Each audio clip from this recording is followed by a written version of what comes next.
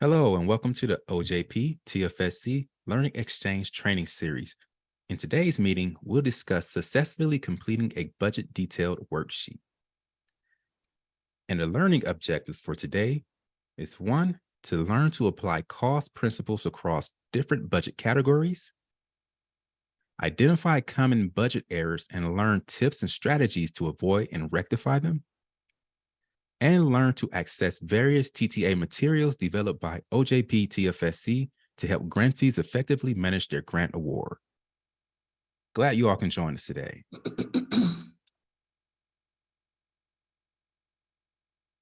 Next slide, please. Before we get started, if you are experiencing any technical issues for this webinar, please let me know in the chat box. So let's go over a couple of Zoom tips.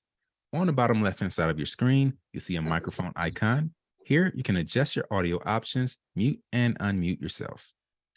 If you're not speaking today, please ensure you mute yourself just to avoid any background noise or any interruptions. To the right of the microphone icon, you see a video icon, and this is where you can adjust your video options and start and stop your video. To the right of those icons, you see a chat icon. Just click that to open your chat window, and this is where you'll communicate with everyone on the platform today. So let's type in the chat the last thing that you had for breakfast.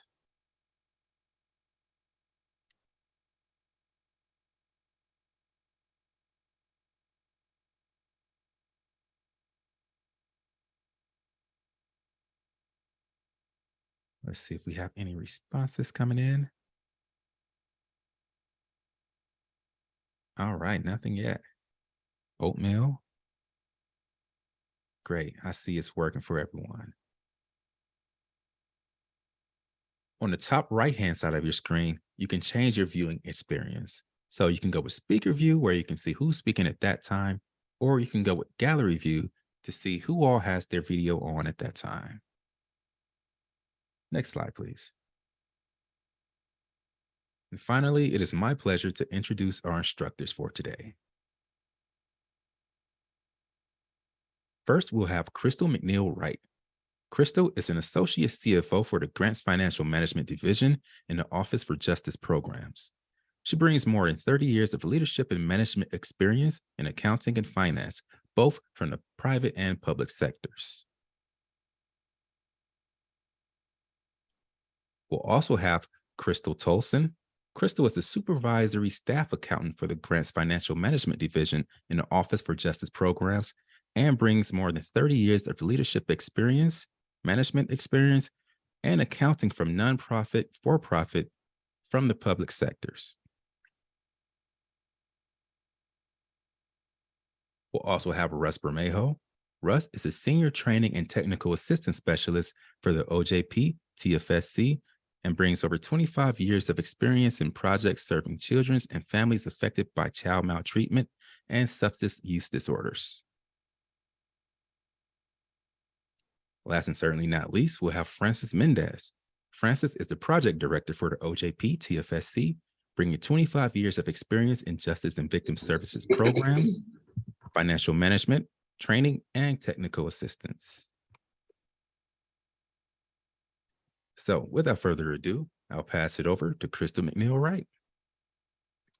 Thank you so much, Jamil. Welcome to everyone. You probably have seen me by now. My name is Crystal McNeil Wright. I am the Associate CFO of the Grants Financial Management Division at OJP.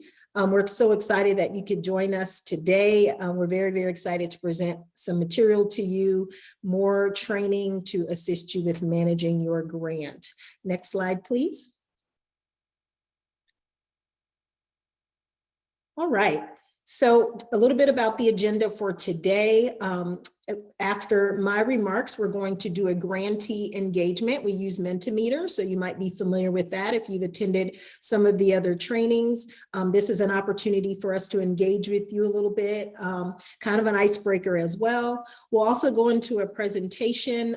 So this presentation is about completing the budget detail worksheet. Of course, this is an area that I think some have issues with, mainly developing, creating a budget. So we're going to give you a lot of information, some tools, some things that will assist with completing the budget, and also allowing it to be something that is developed that it would be approved fairly quickly. So please, we ask that you engage and that you take notes, and we will answer any questions that we're able to afterwards. We're going to do a polling activity after that, and then we'll discuss some next steps and resources, followed by some closing remarks.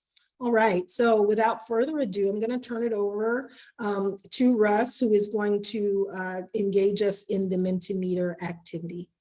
Yeah, thank you, Crystal.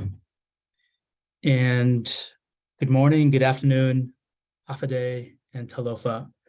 It's so good to have you join us today for another Learning Exchange Training Series webinar. If you have your phone, please go ahead and join us on Mentimeter. You can scan the QR code right there. And we're just going to do one question.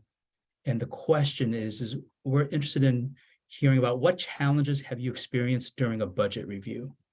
So while I change the screens there, and oops, let's do that again. Here we go. Again, there's the QR code. And would love to hear your responses, and they are anonymous. And we'd love to hear the answer to this question. What challenges have you experienced during a budget review? Today, you'll be hearing from Mr. Crystal Tolson from OCFO, who's going to be sharing some really helpful content as you work on your budget. So what challenges have you experienced during a budget review? We'd love to hear that. And if it's any easier, if you want to put that in the chat, that's fine too. But this is a way for us to gain anonymous responses through the Mentimeter tool. What challenges have you experienced during a budget review? Indirect cost and salaries. Yep, you'll be getting him some information on two of those categories. So thank you. Thanks for sharing that. Not being clearly told by OCFO and analysts what the issue is, okay? Good. Splitting funding by year. Thank you for sharing that. And as you're listening to today's presentation, if there's any questions that you have, we want to encourage you to submit those. If you want to put those in the chat, we will have a Q&A session towards the end. But if there's a question that you have, go ahead and put that in the chat. And OCFO staff is joining us today, and they are ready and available to answer questions via chat too. We will have an open Q&A towards the end of today's session. So without further ado, I want to transition. Thank you again for participating. Presentation to Ms. Crystal Tolson, who's going to talk to us about successfully completing a budget detailed worksheet. Thank you, Crystal. Thank you, Russ, and good afternoon, everyone. My name is Crystal Tolson, and I am a supervisory staff accountant with the Office Chief Financial Office under OJP. So today we'll be talking about how to successfully complete a budget detail worksheet. Next slide. And as you know, we have certain categories. Here are all of the categories. I will name each one of them. We have personnel, we have fringe benefits, travel, equipment, supplies, construction, subawards, procurement, other, and of course, indirect costs. Next slide. We'll start with the personnel. Under personnel, we're looking for certain things. And so here is a list of the things that we would like to see, or we will need to see on the budget detail worksheet. The first thing is the position. Typically, that That is the name of the person that is going to be working that particular job, who's going to be working on the project. Now, sometimes you do not know the name of the actual person that you're going to be hiring, and that's absolutely fine. What we will be looking for in that particular box is TBD, to be determined. You may not know who you're going to hire, and that's perfectly fine. But we would like to know the title. Is that person going to be a grant coordinator? Is that person going to be a director? Are they going to be an accountant? What title will that person have? And what will they be doing on this particular grant? We would like to know the percentage of time. Will the person be spending 50% of their time on the grant? Will they be spending 100% of their time on the grant? That's up for you to determine, but we will need to see that on the budget detail worksheet. Also, compensation. How will they be compensated? Will it be hourly? Will it be yearly compensation? How will they be getting compensated? And so we would want to know that as well. And so you would need to put that on the budget detail worksheet as well.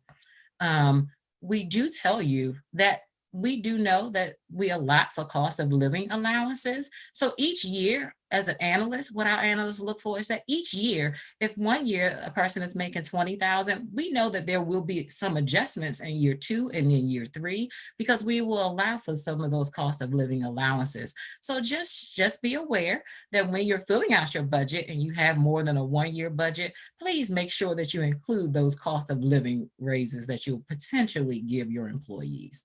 Next slide. Here are some really great tips, and we actually got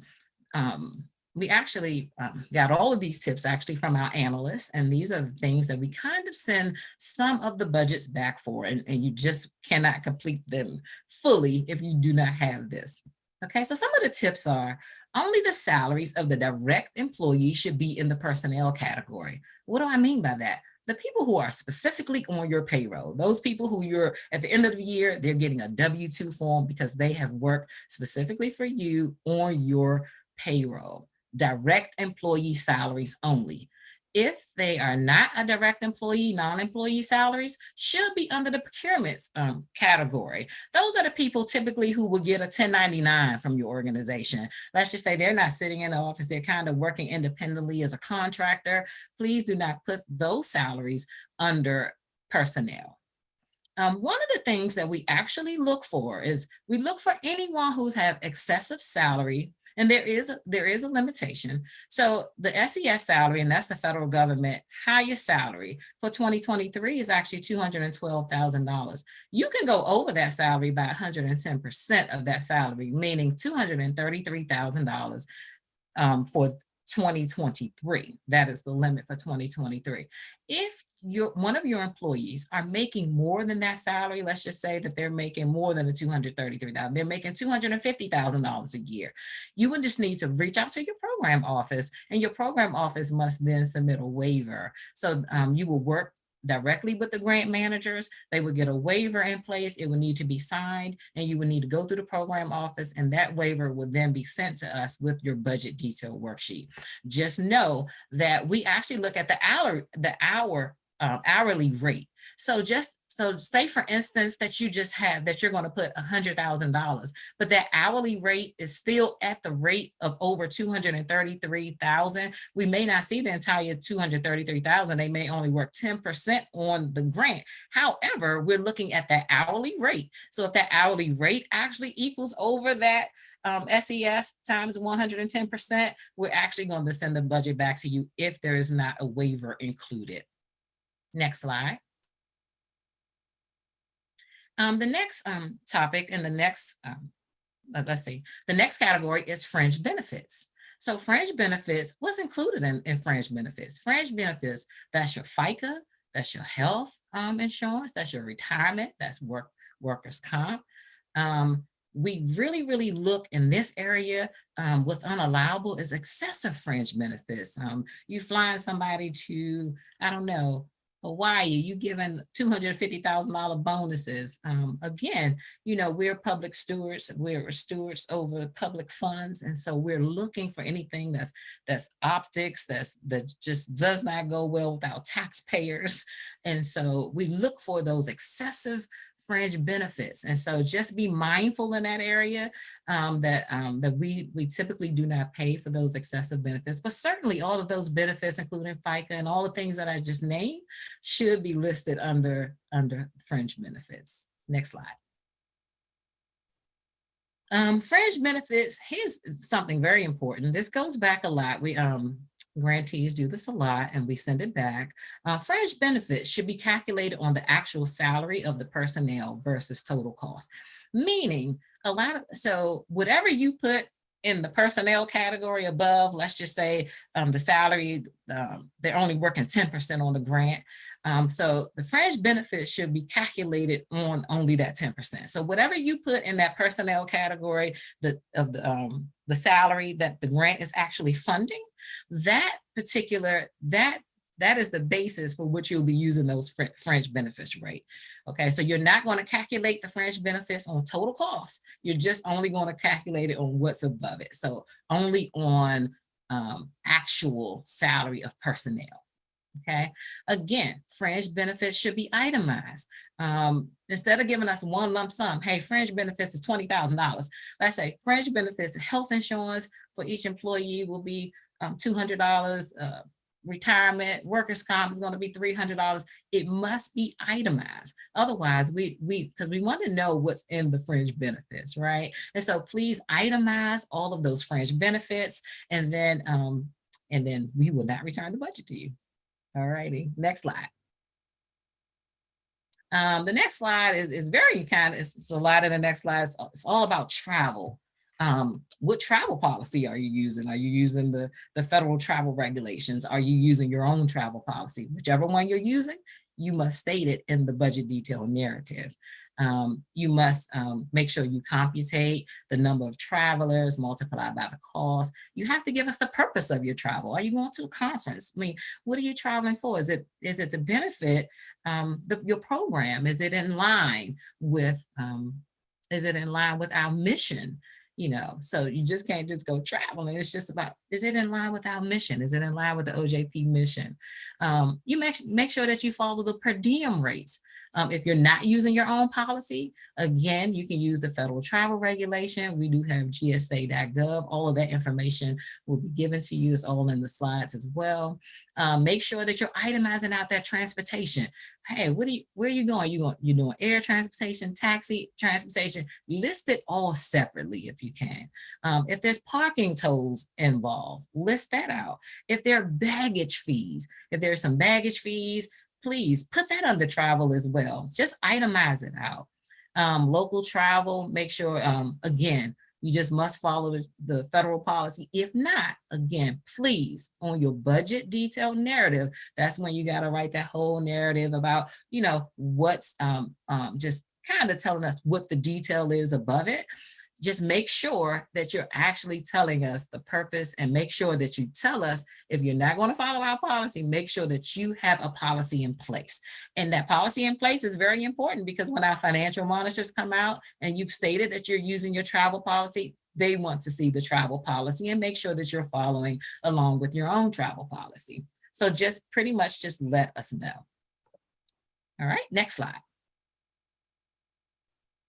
This is very important. So we just kind of highlighted this separately, that when there's travel of over 30 people or more, and lodging costs for a number of attendees requiring lodging, it must not exceed the federal per diem rate for lodging. So when you have 30 or more people traveling, then you must use the federal per diem rate. Over 30, federal per diem rate.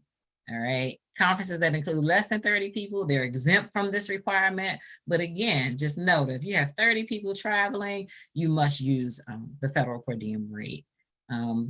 Again, you can visit all of these rates at gsa.gov, and the DOJ financial guide certainly have all the information that you need also. All right, next slide.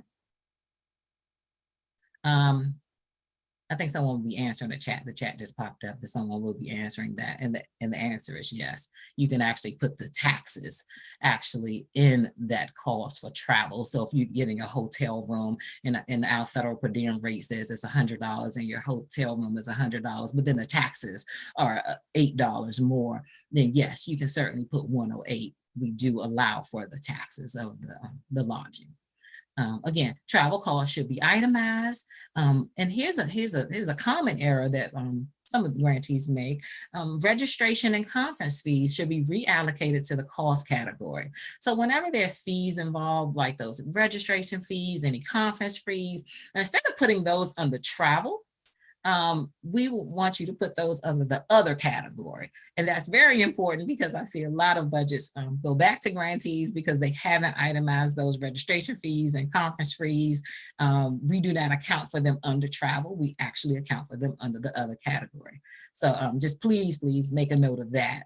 And I've already talked to the next point. All right, so next slide.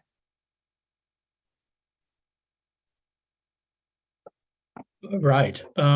This is where we're going to pause, and thank you, Crystal. And we're going to launch, I think, 3 polling questions. So you just heard some information regarding a few budget categories. We want to hear about what challenges have you experienced when analyzing your budget, and we're going to ask you to select all that apply. And so we're going to focus in on 3 of the categories. First, it's personnel. So that's being launched right now. So personnel, and you can check all that apply. If you've encountered salaries of indirect employees, non-personnel category, non-employee salaries, non-procurement contracts, excessive annual salary limits, go ahead and select all that apply that you have encountered when working on your budget. Take a few minutes to respond to the poll. And if you select other, if you want to put that in the chat too, I'd be interested in hearing what other challenges that you have encountered when it comes to personnel. Thank you for your responses. And Jamil, are they able to see the results, or will you need to show them? I just shared the results. They should be able to. Got it. Okay. All right. Thank you for your responses here. You selected also salaries of direct employees, non-personnel category, and then non-employee salaries, not in procurement contracts. Okay. Let's go to the next question or polling question. Fringe benefits. Which of these challenges have you encountered when working on fringe benefits? And again, if you want to select other, we'd love to hear that. You can feel free to put that in the chat. If you encountered fringe benefits based different from calculated salaries, personnel category, grantees calculating fringe benefits on actual salary of personnel versus total cost, or failure to itemize fringe benefits. Okay, a couple of you selected grantees calculating, also failure to itemize fringe benefits. Thank you. Okay. And we have one more for now. And this is focused on travel. What challenges have you encountered when working on the travel category? No breakdown of travel cost, registration conference fees not allocated to other cost categories, lodging rate per night is more than GSA rate. And the responses are coming in. Thank you for responding. Looks like few of you have encountered all of these, so thank you. Yeah, the most frequently indicated one was registration conference fees not allocated to other cost categories. Okay, well, thank you for participating. We'll have another set of these here in a few minutes, but I wanted to turn this over back to Crystal, who will talk about equipment. Crystal?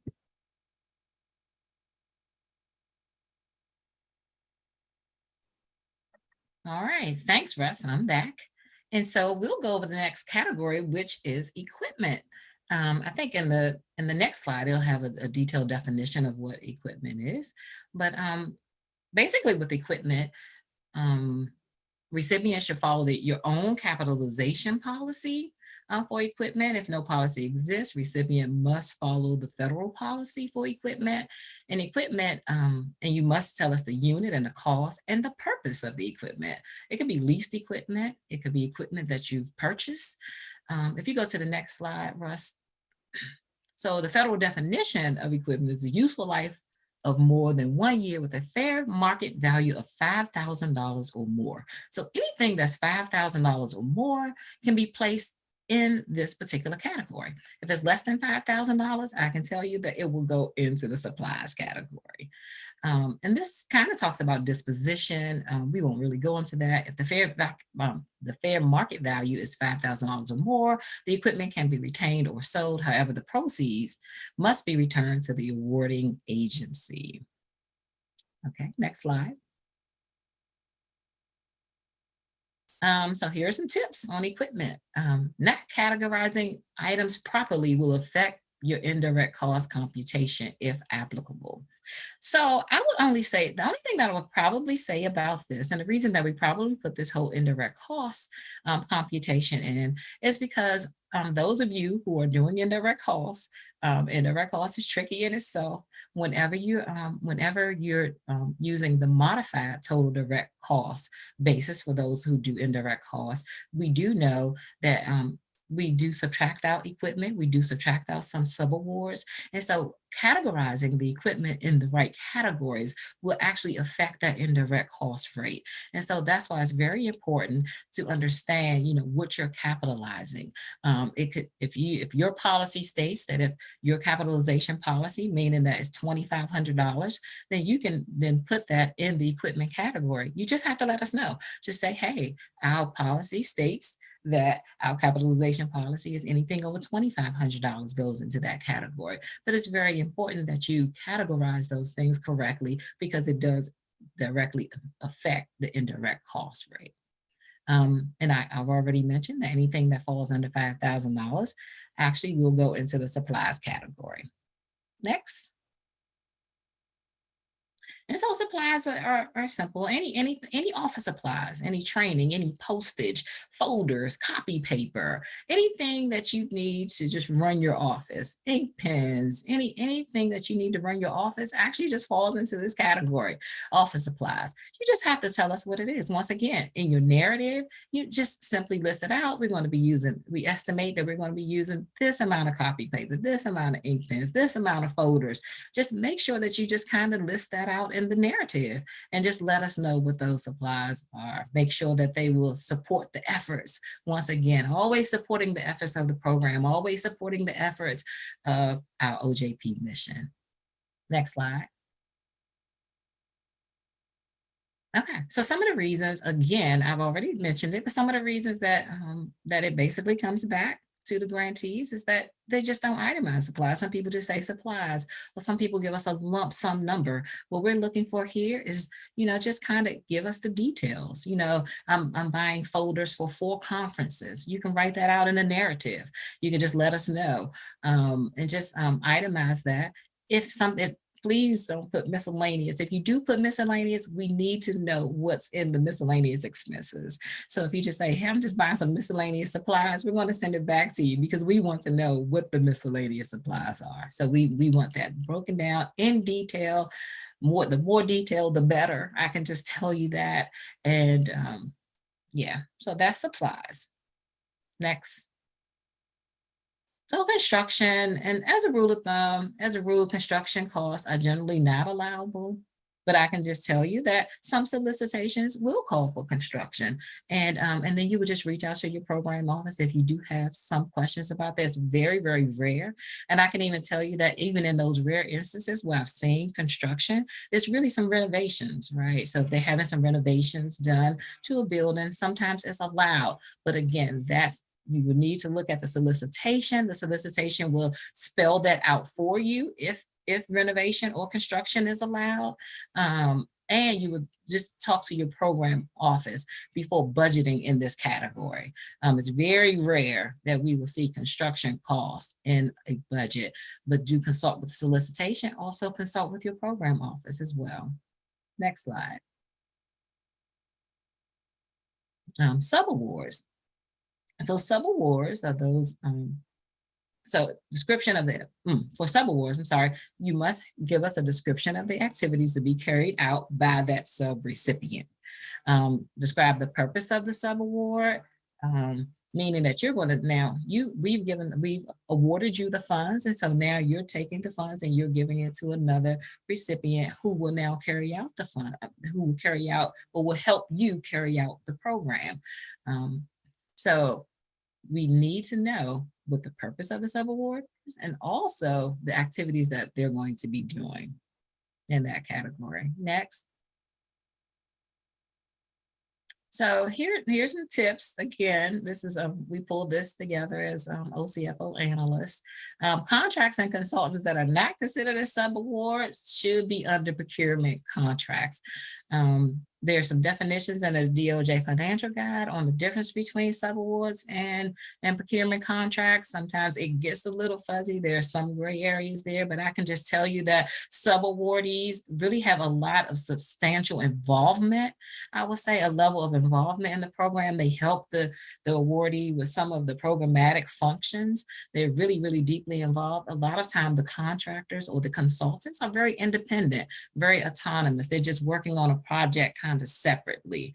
And so, and that can probably be a session all by itself, but subawards versus contracts, you got to get a clear, definitive definition on what that is and make sure that they're categorized properly. But I would say you probably want to look really at the substantial level of involvement on that particular program. Grantees must, again, we talked about this earlier, when it comes to equipment, whenever we're calculating that modified total direct cost, sometimes subawards are subtracted out. And so that's why it's very important that when you categorize your subawardees versus your consultants, that they're in the proper category because it will affect your indirect costs. Grantees must ensure the correct calculation when using the de minimis rate. The de minimis rate, and we don't go into a lot of that here, but it's 10%. So let's just say you don't have a currently approved indirect cost agreement, you can use the de minimis rate, and that is 10%. So when you're using that 10%, if you elect to use the de minimis rate, so then the calculation becomes just a little tricky because what you will use the indirect cost, which you would calculate the indirect cost on, is really the first 25,000 of each subaward. So let me give you an example. For example, let's just say that a subaward is for $100,000 and you're using the de minimis rate. You cannot, for the indirect cost, you can't calculate the $100,000. You can only calculate on the first $25,000 of that. So when you're including your basis for your indirect cost calculation, you would only calculate it based on the first 25,000. We return a lot of budgets for this actually. And so yeah, so there, and in the DOJ financial guide, it's very specific when you're using a de minimis rate that you're not using total direct cost. You're only using a modified total direct cost, meaning that you're going to subtract out equipment, you're going to subtract out this subaward, and you're only going to calculate on the first 25,000 of that subaward. And so that's very important. So just a thing to really note, to really write down, if you are going to have subawards, if you are going to be using the de minimis rate, please just make very, very careful note of that because that calculation becomes a little tricky in that area. All right, next slide. Okay, procurement. These are the things, procurement, we just talked about it. For goods and services, the consultant rates are $650,000, not $650,000, I said that, $650 per day. And that that is, and I want to make this clear, this is for an 8-hour day. So the threshold is based on an 8-hour day. So if someone's working as a consultant for $650 and they working for 12 hours, no, there's a threshold cutoff here for an 8-hour work day. Okay. And sole source is $250,000. That's, and I won't go much into sole source because we have a, I don't know if we have a lot of time, but in the DOJ financial guide and under the 2 CFR, we give you the guidance here, and I think you'll get a copy of this. You can go and read about sole source, but typically that's just when you kind of just have one person. You're not bidding it out, and you're just contracting with just one particular person, and you have not done a bit. But it's a lot involved in this. So I won't go into details about this, but just know that when you read about sole source, that it actually goes under this procurement category as well. Next slide.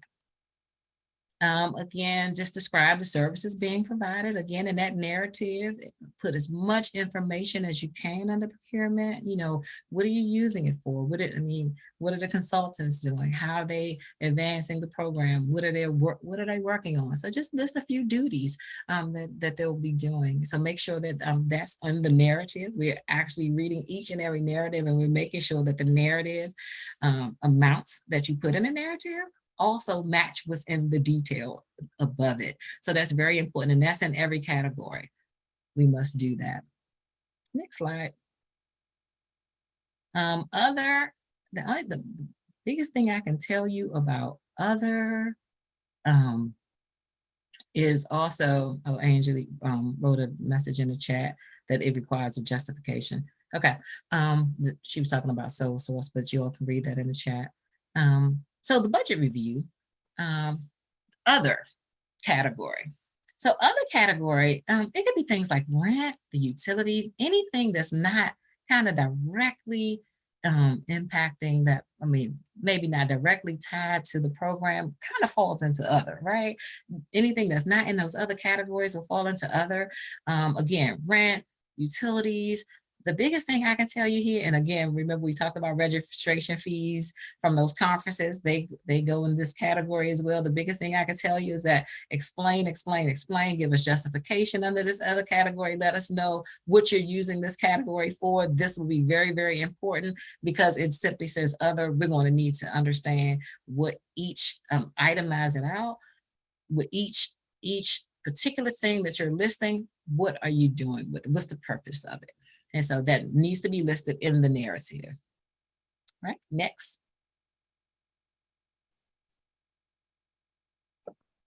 All right, thank you, Crystal. And we are back to a set of polling questions. And we want to hear about the challenges you have encountered regarding equipment, subaward, and procurement. So Jamil, if you could launch the first polling question for equipment, which of these have you encountered? Items not properly categorized, affecting indirect cost computation.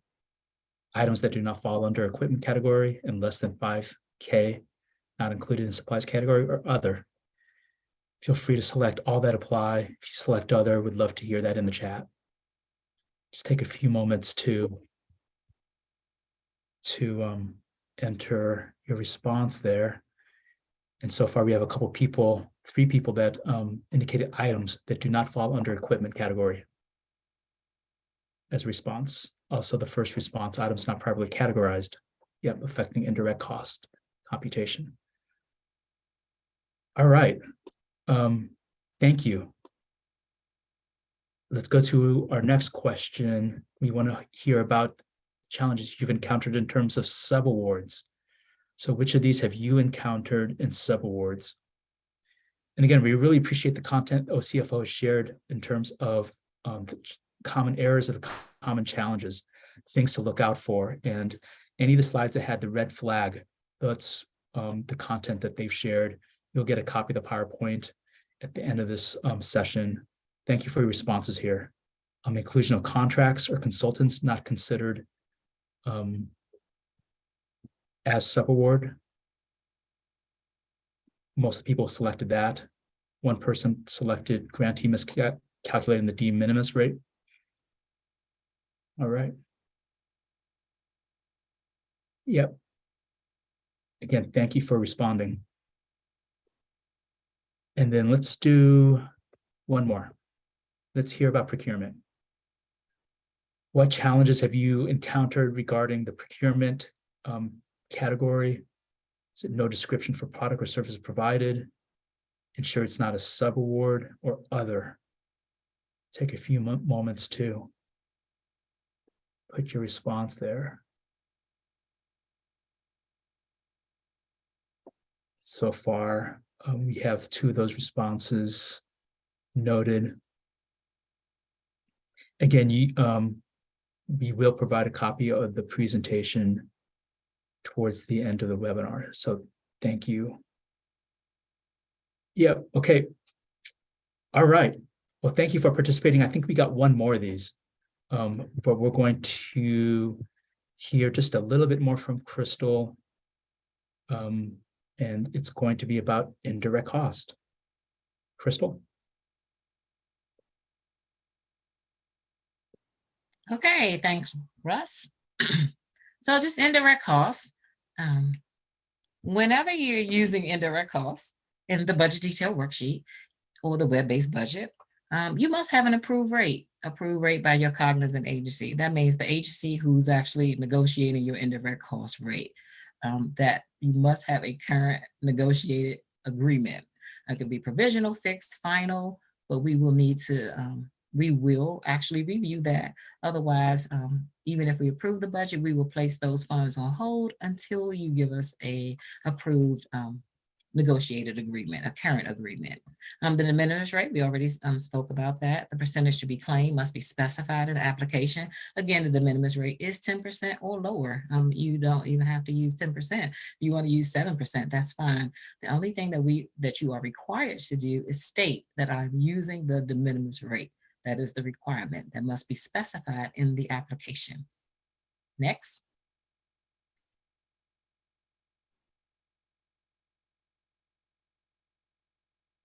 Okay, so here's some errors that we kind of list. Indirect cost rate should be the same computation as the most current approved rate in the agreement. So sometimes we'll match the current agreement with what's in the budget detail worksheet, and sometimes those 2 numbers do not match. So if you are using indirect cost in your budget detail worksheet, make sure you're using the same rate that's actually in the current agreement. The current approved indirect cost agreement should be attached to just grants to the budget if applicable. Again, please attach that indirect cost rate agreement to your budget. There are some options on how to, and I'm sure there's some Just Grants series training on how to attach that indirect cost rate agreement. Many grantees are doing it because we are able to view the indirect cost rate agreement, but make sure that it is attached so your budget will not be delayed. Grantees should calculate indirect costs on the federal share only. Very, very important. This happens a lot, that when you calculate the indirect costs, that you're only calculating it on the federal share only, meaning that if you do have some match funds in there as well, do not calculate it on the match funds. That's the non-federal share. We're only calculating indirect costs on the federal share portion only. Next.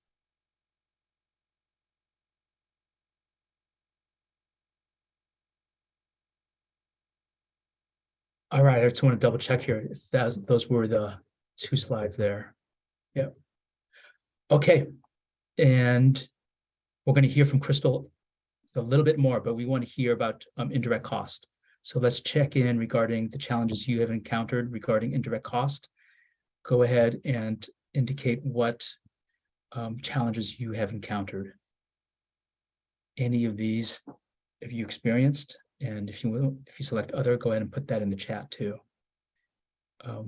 We have folks indicating indirect cost rate used in computation, not same as the most current approved rate.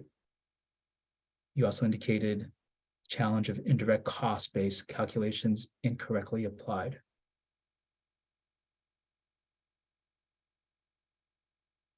And then also current approved indirect cost agreement not attached. Again, any of those slides that had the red flag, that's helpful information. That's really good information for most CFOs. So again, thank you, Crystal and team, for compiling those and sharing them today. let's move on. We're in the home stretch here. And you're going to hear from Crystal regarding match. Okay, so we thought this was very important to actually include in this training. These are all about common errors a lot of times with match, and sometimes people are not calculating match correctly.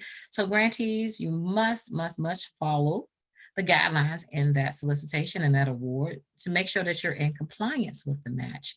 If there is a match in the award, you must comply with that. If it's 25%, you must show that in Just Grants. Right now in the web-based budget, there's not an area that we actually that has the non-federal share like the manual budget. However, you must include the match in the details of your narrative. So if you're going to if it's 25% match, just let us know in the narrative. This is how you're applying that match. Okay. Grantees who have matching funds that exceed required matching amount within approved budget must maintain records of those funds as if they were part of the regular match amount. What does that mean? That's a long sentence, but I can just tell you this. If there's no match required, or there's an excessive match that's required, let's just say that there's a 25% match, but then you put in your budget that you have a 50% match or a 75% match. If you put that in your budget, you're not required to, but let's just say you do, now all of those funds become subject to audit. So if you don't have to put it in, please don't put it in. If you only required to match 25%, match to 25%. You do not have to match 50 to 75%, and it becomes excessive because kind of what ends up happening in the end. So when we go to close out your grant, and let's just say you put 75% match in your budget, but it only called for 25%. What ends up happening is when we go to close out, we're looking to make sure now that you've matched 75% as opposed to the 25% that we just had given you. So, yeah, so let's just not do that if you don't have to. Grantees must provide correct amount of funds, use funds only on allowable expenses, and maintain records in case of audit and site visit. Our financial monitors, when they come out, they'll be looking to make sure you have all of that documented. Grantees are also required to report that match on your quarterly FFR, your federal financial report. Next. Here's some of the common errors. Match calculated incorrectly. I will tell you that in the DOJ financial guide, it's they spell it out for you. They have a worksheet for you so that you can determine how to calculate the match. I would just tell you, it's just not a normal calculation. It's not 20%, but there's a formula that you just have to go through, and it's really spelled out in that DOJ financial guide. So I would say go there and make sure that you're calculating the match correctly. Right? A lot of times, if you don't meet the match requirement in the budget detail worksheet, we will have to return it back to you. So if there is a requirement in the solicitation that there is a match required, you must meet that match requirement. Otherwise, it's going to go back to you. Indirect costs from non-federal amount is unallowable. Also, de minimis rate charges to grant as match is not allowed. So you can't use those indirect cost funds as match. The minimis rate charges to the grant match is not allowed also. Right, the match calculation can also be found in the solicitation. Match narrative totals do not equal to match cost line item total. We talked about that throughout, actually. It's very important, and just please make a note of this. So a lot of times what happens is in the detail, it'll have this person and it'll have $20, but then in the narrative, it'll have $40. And so now we're looking at the narrative to make sure that it matches what's in the detail. And sometimes it just does not match. And so now we have to send it back to you. Now your budget is delayed because now we don't know what your intentions are. And we want to make sure that we're correct. We don't want to assume that you meant 40 at the top or 20 down the bottom. So we actually will send the budget back to you. So that's a common error. Calculating correct match amount when there's an escalating match, and those people know when you have an escalating match, it is in the solicitation. When you read it, it will say sometimes in year 1, you have to match 20%, in year 2, you have to match 25%, in year 3. So those calculations and are also in the DOJ financial guide on how to calculate the escalating match. And it happens to just a few awards where they require you to match differently each year. Those are the escalating matches.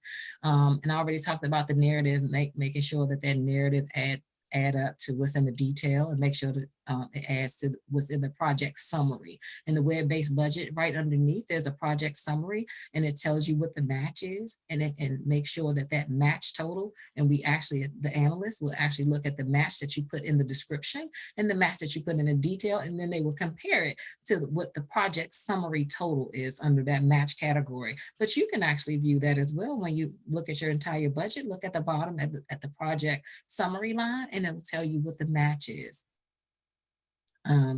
Again, the incorrect match not based on solicitation, and including match in the budget when it's not required. This sometimes will delay your budget. If there's no match required, and again, you can talk to your program office, you can look in the solicitation. A lot of times when there's no match required, grantees will put a match in. And so we're reaching back out to the grantee saying, hey, are you sure you want to include this match? Again, because once you include the match now becomes subject to audit. And if you do not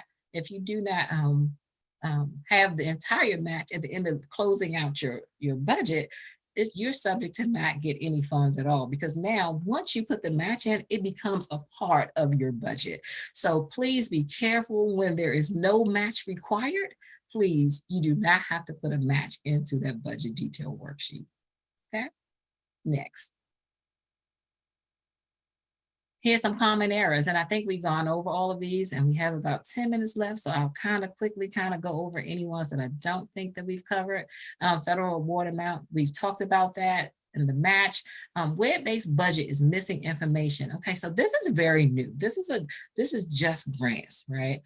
In just grants, if you place one character in a row, let's just say you were thinking about something, you stopped to do something else, and you put program director on line 2, but you didn't put any information in that row, or you just put NA but nothing else in the row, no unit cost, no total cost, you just put any character in a row. Unfortunately, it will allow you to submit the budget. However, on our side, we cannot process the budget. It will give us an error message. So then we have to send it back to you. So just make sure that when you're going through each budget detail line item, make sure you're not putting any extra characters in those lines. Make sure that you're filling out those lines all the way across, because if you miss one field, unfortunately right now, we have to send it back to you, because it is a system limitation. It will not allow us to process the budget further. So just make sure when you're filling out that form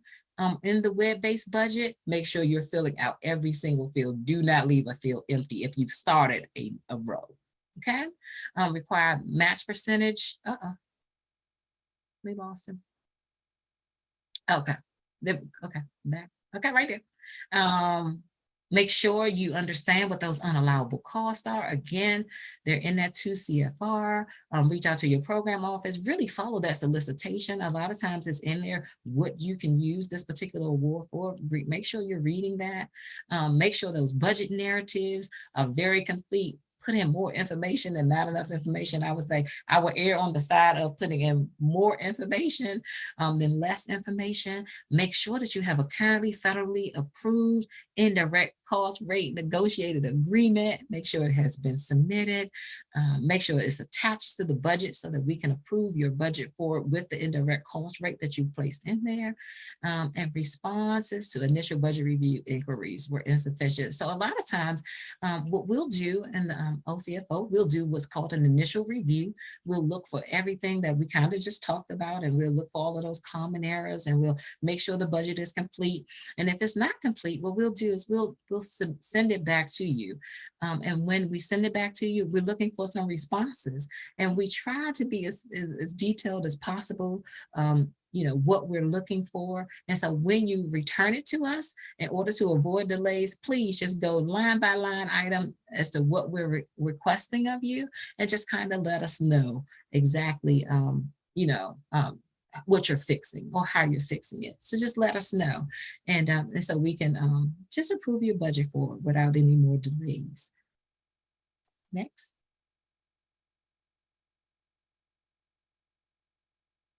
Okay. Thank you so much. All right, thank you, Crystal. Now we're gonna go to segment where it's open for questions about any of the material presented. So you can unmute and ask your questions, or you can type your questions or any comments that you have about the material presented.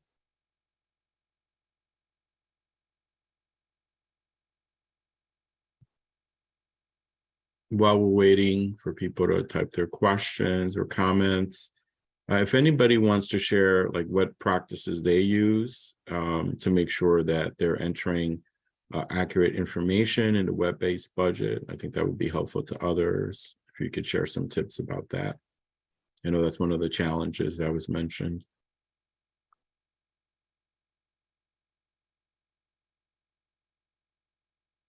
Feel free to share any questions or any comments.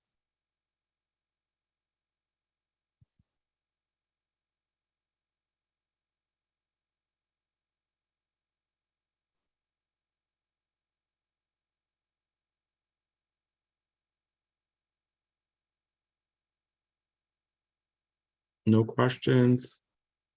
Okay, I know there a question that often comes up is, what do you do if your indirect cost rate expires during the grant? Any Crystal or anybody else from CFO want to take a stab of answering that?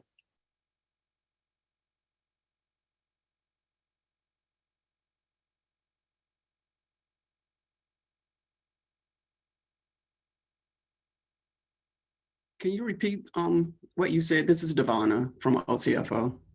Sure. What do you do if your indirect cost rate expires while the grant is in progress?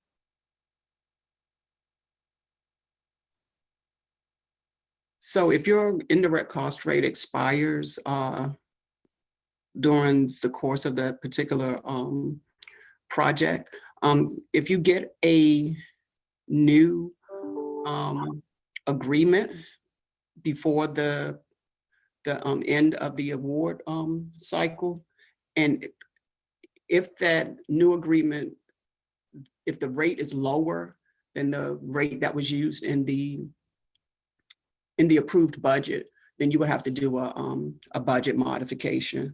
If that new rate is higher,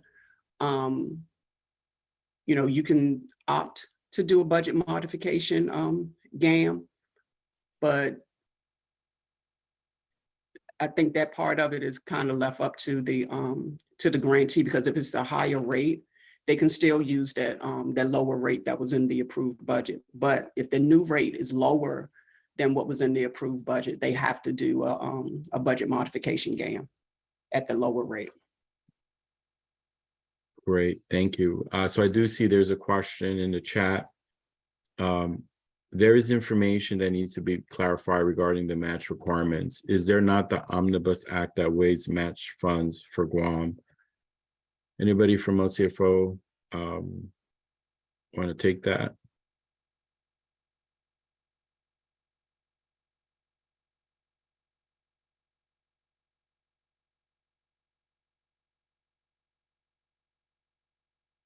Hi, Francis or Jeanette. If we can just take that question back, I'm not familiar with the Omnibus Act. We'll have to read about that in terms of Guam, but certainly we'll get back with the grantee regarding that.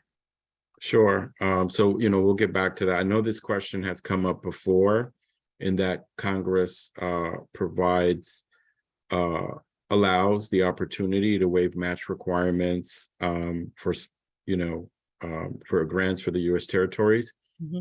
but that has to be sort of built into the funding for the grant, right? So if they don't do that, because all these grants, right, are dictated by appropriations, by authorization language.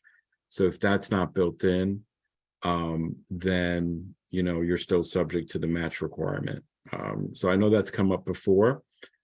And I think definitely you should communicate that to your territorial governments so they know when they're having communications that this is an option. Yes, this is, Yeah. I'm sorry. It's new for us only because just recently we were told that we're needing to match the P&A part at 10%. However, you know, that Omnibus Act or else that there's a US code, but it allows for waiver of match up to $200,000 and our grant is way below that. So yeah, it's just holding up on our revised budget because of that. So that's why I wanted to find out if there was new direction from, I'm not sure exactly where Danielle Camacho, who's our program person here in Guam, I'm not exactly sure who she was communicating with that required that match amount, but she turned around and told Danielle that you guys, or Just Grants, or I'm not exactly sure, OCFO is still working on getting further guidance for us. Okay, sure. We can, you know, that's a sort of unique situation that we can research and get back and get more clarity from a CFO. Great, thank you. Great. So we are at time. I'll turn it to Jamil to close us out. Thank you for your questions. If there are any other questions, send it to us and we'll make sure we get a response. Jamil? All right, thank you, Francis. So let's review some final takeaways from today's session. Next slide, please. Here at OJP TFSC, we provide training, technical assistance, and resources to enhance financial management capacity for grantees in the U.S. to improve financial management of federal awards. And you can visit our website and subscribe to our listserv with the 2 links that I provided in the chat earlier.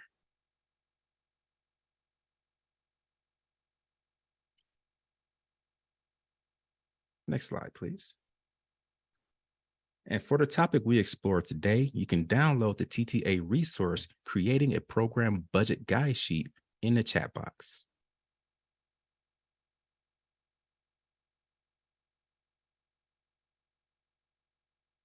Here at OJP TFSC, we offer virtual support center to answer any questions you may have about grants financial management. So anytime during or after this series, if you or your team need any type of additional training or technical assistance, please let Zarel or Nicole know, or you can email us at tfsc@ojptfsc.org or with the email that I provided in the chat. Now, I'll put that in the chat for you again right here, just so it's convenient. There we go. And we will make sure we get back to you within a timely manner, within 24 hours of the next business day. And we're proud to partner with OCFO in supporting grantees. So if you have any questions for OCFO, you can email their customer support at ask.ocfo@usdoj.gov. Next slide, please. On behalf of the OJP TFSC Financial Support TTA team, we want to thank you for joining us today. And please reach out to us if we can be of any support.